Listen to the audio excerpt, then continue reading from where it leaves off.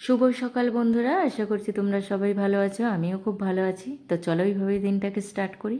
তো দেখো, ওর স্কুল গাড়ি অলরেডি চলে এসছে, তো ওকে ঝটপট গাড়িতে তুলে দিয়ে চলে আসলাম বাড়িতে। আজকে দুপুরে রান্না হচ্ছে এই আলু ঢ্যাঁড়স দিয়ে একটু ঝাল হবে, এদিকে হচ্ছে উচ্ছে ভাজা, আর অলরেডি আলু ভাজা চাপিয়ে দিয়েছি, আর একটু ডাল হবে ব্যাস।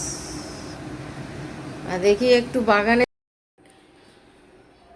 এই যে ইয়েগুলো, লাকি ব্যাম্বুগুলোর জল দিই, ওই একটু করে কমে কমে গেলে ব্যাস।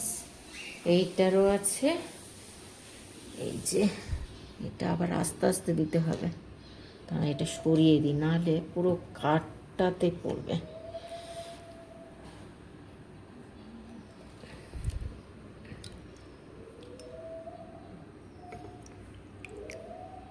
ব্যাস, এটা মোটামুটি এই পর্যন্ত থাকলেই হবে মুখটা। আর এই যে কি সুন্দর পাতা ছেড়েছে দেখো, দেওয়া হলো। আর বাগানে কয়েকটা আছে, এই যে এটাতে দু হাতে দিতে হবে, দাঁড়া, নাহলে এরকম করেই দিই, এরকম করে দিলে যাবে, হ্যাঁ এরকম করে দিলে যাচ্ছে। এই যে ব্যাস, এটা হলো, এটা খুব একটা লাগবে না, তাও দিয়ে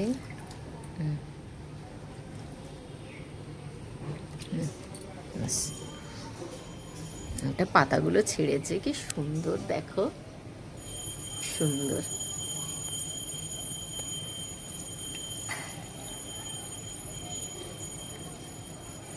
ব্যাস,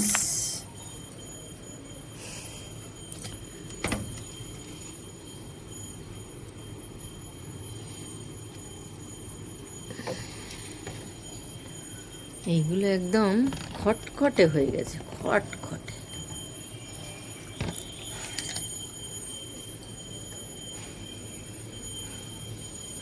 এটা জল দিতে লাগবে না। এই যে জেট প্ল্যানের এই ডালগুলো কাটতে হবে, কেটে কেটে অন্য আরেকটা টবে বসাবো। এইটা যেমন বসিয়েছি, এটার কি হাল হয়েছে, গাছগুলোর একটু যত্ন হচ্ছে না, সময়ও পাচ্ছি না। দেখি ওর ছুটি থাকাকালীন, ছেলের ছুটি থাকাকালীন এইগুলো একটু করতে হবে ঠিকঠাক। এটার মানে পুরো ঝাড় হয়ে গেছে, পুরো এই যে পুরো ঝাড় হয়ে গেছে এই গাছটা।